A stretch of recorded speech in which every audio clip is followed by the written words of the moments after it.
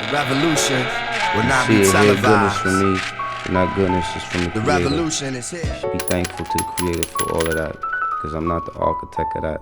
I'm only the recipient. You see weakness and shortcoming in me. It's from my own weakness and shortcoming. I ask the Creator and the people to forgive me for that. I'm the most brutal and vicious and most ruthless champion there's ever been. My style is impetuous, my defense is impregnable, and I'm just ferocious. I want your heart. It's not what Jay said, the Nas. Beef is when the working folks can't find jobs. So they tryna find niggas to rob, tryna find bigger guns for them to finish the job. Beef is when the crack babies can't find moms, cause they end up behind blocks, I lock behind bars. Beef ain't the summer jam for Hot 97. Beef is the cocaine and AIDS epidemic. Beef don't come with a radio edit. Beef is when the judge is calling you defendant. Beef, it come with a long jail sentence, handed down to you in a few short minutes. Beef is when your girl come through for a visit to tell you how she pregnant by some other nigga. Beef is high blood pressure and bad credit. Need a loan for your home, but you're too broke to get it. And all your little kids is doing is getting bigger. You trying not to raise them around these wild niggas. Beef is when a gold digger got your seed in her. A manicure handout like, pay me, nigga. Or I'm telling your wife is starting up some foul rumor that'll ruin your life. Beef is when the gangster ain't doing it right, and other gangsters done decided what to do with his life. Beef is not what these famous niggas do on the mic. Beef is what George Bush would do in the fight. Beef is Miss Wallace still don't know who shot Biggie. And beef is Weldon Irv not being here with me when a soldier ends his life with his own gun. Beef is trying to figure out what to tell his son. Beef is oil prices and geopolitics. Beef is Iraq, the West Bank, and Gaza Strip. Some beef is big and some beef is small, but y'all call beef is not beef at all. Beef is real life happening every day, and it's realer than them songs that you gave to K Slay. This has been a real nigga PSA from Most Def, Pretty Flacco, Black Dante, and the Black Star Embassy. B to the K. Better take me out now, man. Cause I ain't gonna rest till I get your ass for this.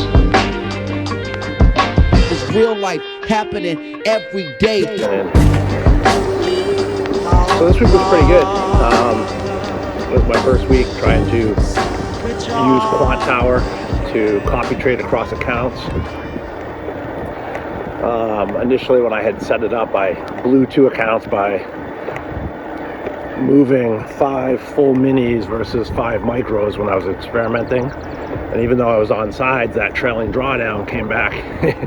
And at 5 minis, 2,000 fair and profit, and it comes back a bit, 2,000's hit pretty quick. So I blew 2 Apex accounts really quickly, realized my mistake, and made sure that I would mine the background symbol to make sure that I was actually trading the asset I was intending to trade. So, you know, newbie things, but fortunately not live accounts, and they were the highly discounted Apex accounts for February. Otherwise, the week was good. What I still failed to do was walk away when I had gotten a profit. I believe it was Thursday, where even though I was on sides and I had outlined that initial large drop down and then its reversal up, I couldn't catch the reversal up, but on the drop down I had tried to short, and I was chopping myself up by micromanaging the position as it was in a consolidation, and namely, failing to keep my finger off and closing my position and taking a 5-point loss and a 10-point loss before it dropped. And so I ended up giving back the profits I made in the morning, and even some that I had made the day before. So another lashing, and hopefully lesson in doing what I know I should do.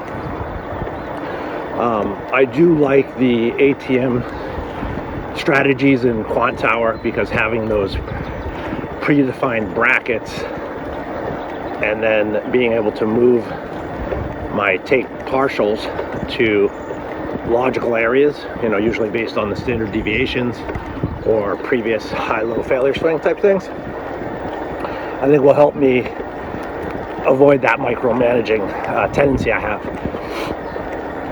But come Friday was a good day, and where I felt bold enough to copy trade not only the 2 Apex accounts, my own small personal account, but also 3 of the elite funded trader challenges that I have. I think I have a total of 6, and you know, it's now mid-month, and I gotta start trading these challenges, or I'll just be paying for them to sit there untraded. I recently picked up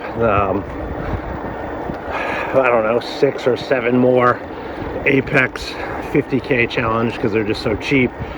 And I think going into this week now, I can increase my risk parameters. Remember, at the beginning of this, I was trading 5 micros. So this week I was working with 10, upwards of 15. And so now this week going forward, we'll be really only trading anything from 10 and upwards of 25 or 30 micros.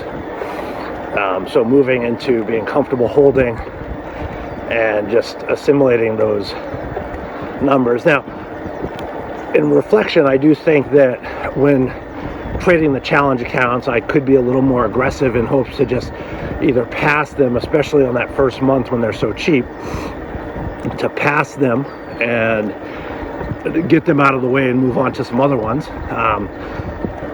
Especially when they have a 1-day pass option or promotion. I didn't do that because I still am in that mode of trading like it's real money, my money, and, you know, building a realistic risk tolerance. That said, when I was trading my own small account, I wasn't trading it on a risk basis. I traded 3 micros. I think that account started at about $1,200 through AMP, and those 3 micros, which was about 8% of the account with a 20-point stop, ended up netting me right about $400 with my partials and final take profit. So that was, you know, that's nice, but realistically, I wouldn't have been comfortable if that was a large sum of money.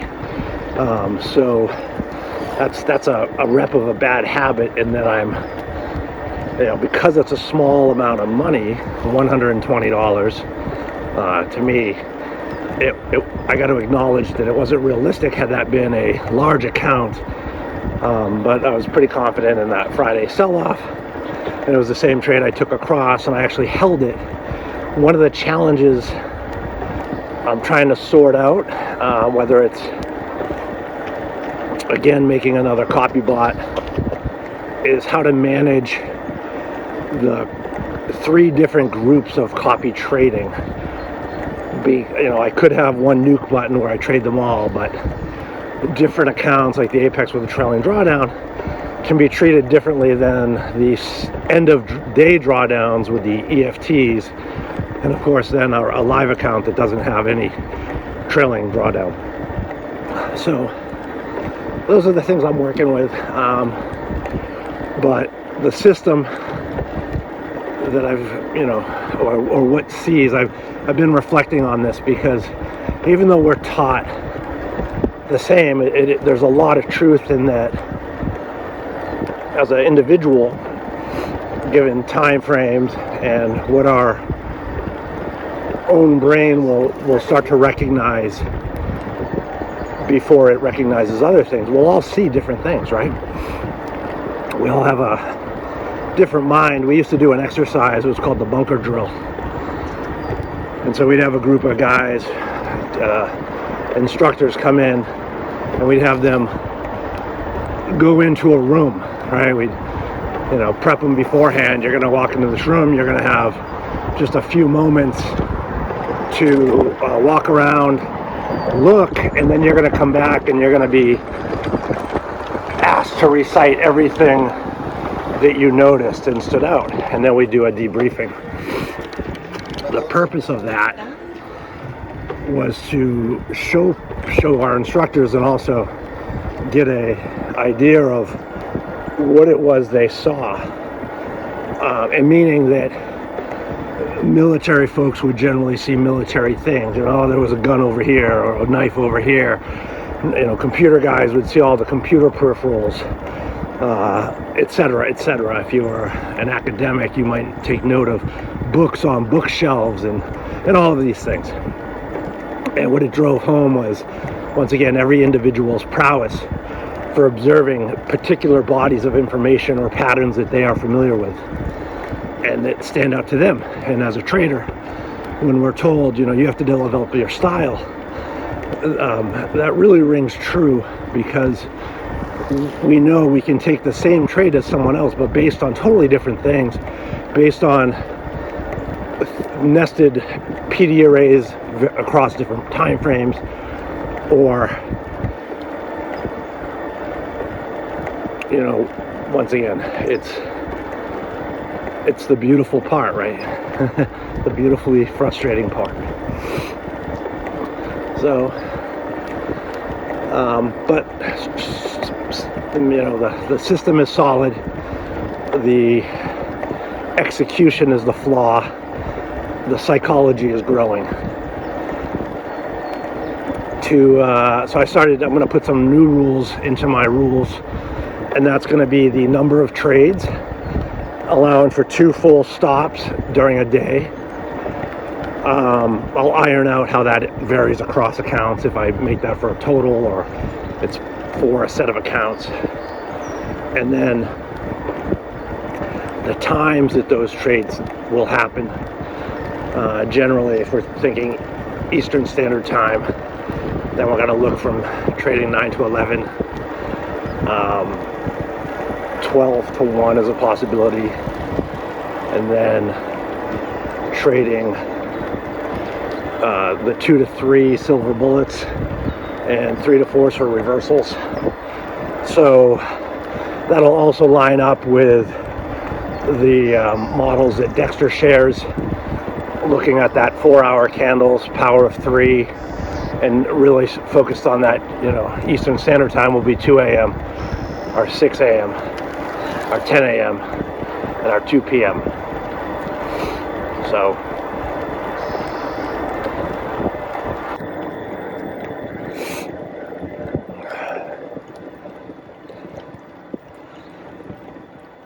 you know, there's days when everything's clicking in the market, you're executing, you feel like $1 million, right? You're like, I got this, and quit my job, take to this, and make it all work out.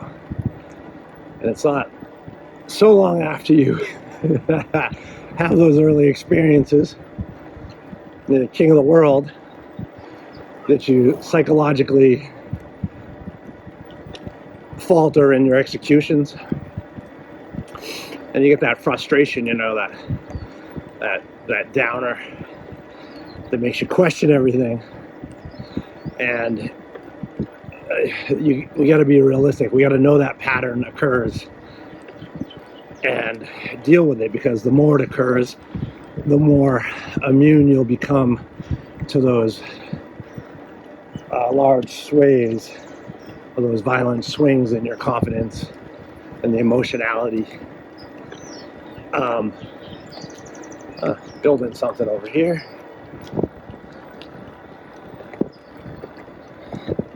Housing shortage, build more. So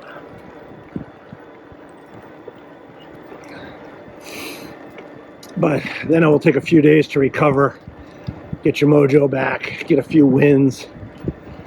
Now on a smaller time frame, that process will be the difference between getting stopped out because you got souped, or most often because you enter right before the new hour, and then you get an OLR or manipulation swing to grab liquidity before it continues.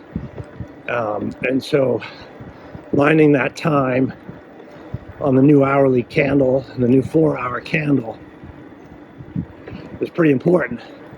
But when you're staring at especially a 1 minute, but a 1 minute or 5 minute time frame, you'll get so honed in, you forget about those larger peripheral or containing time frames.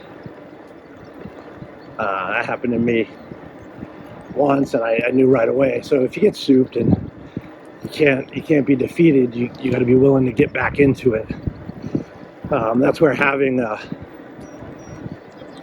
2 or 3 stop out buffer will permit you.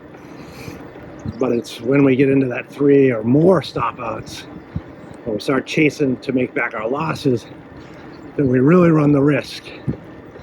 And often that chop is falling within an hour or a 4-hour time frame, which we need to, if we were aware of, we would either not micromanage and let that stop loss be at a point of invalidation, or we would just simply walk away, maybe even take a partial stop if we don't want to sit through it, and then come back at the appropriate time.